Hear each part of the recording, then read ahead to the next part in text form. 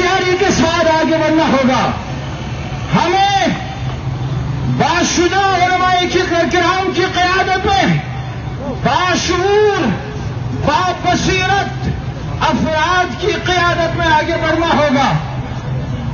دیکھیں وفاق میں جتنی بھی پارٹیاں ہیں، چاہے وہ مسلم لیگ نون کی حکومت ہو، چاہے وہ پیپلز پارٹی کی حکومت ہو، چاہے وہ عمران خان کی حکومت ہو، کسی بھی حکومت نے وفاق کی اس خطے کے ساتھ انصاف نہیں کیا، اس خطے کو حقوق نہیں دیا.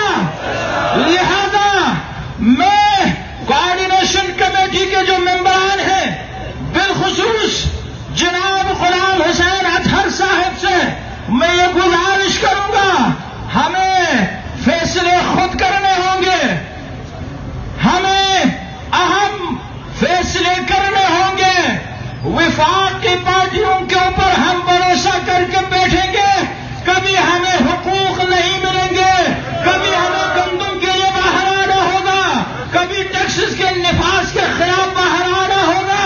لہذا میں ایک سجیشن دینا چاہتا ہوں، میں کوآرڈینیشن کمیٹی کے ممبران سے کہوں گا کہ ہم خود ہر حلقے میں بہترین اور باصلاحیت لوگوں کو انتخاب کریں اور ان حکومت وفاقی پارٹیوں سے بالکل بائیکاٹ کریں.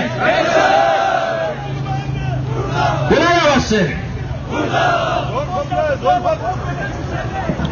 بلانا سے بلانا سے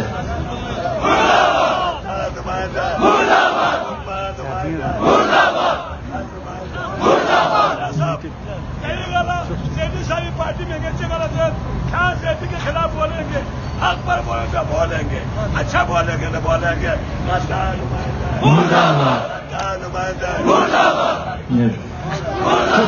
لہذا کوآرڈینیشن کمیٹی بیٹھے، ہر حلقے میں قابل اور باصلاحیت نمائندے جو عوام کے حقوق کے لیے لڑیں، جو عوام کے مطالبات کو پورا کرنے کے لیے کوشش کریں، ایسے نمائندوں کو ہمیں آگے بھیجنے کی ضرورت ہے. یہ تمام پارٹیوں سے ہمیں خیر بات کہنا پڑے گا، کسی پارٹی سے کوئی وفا نہیں ملی ہے ہمیں.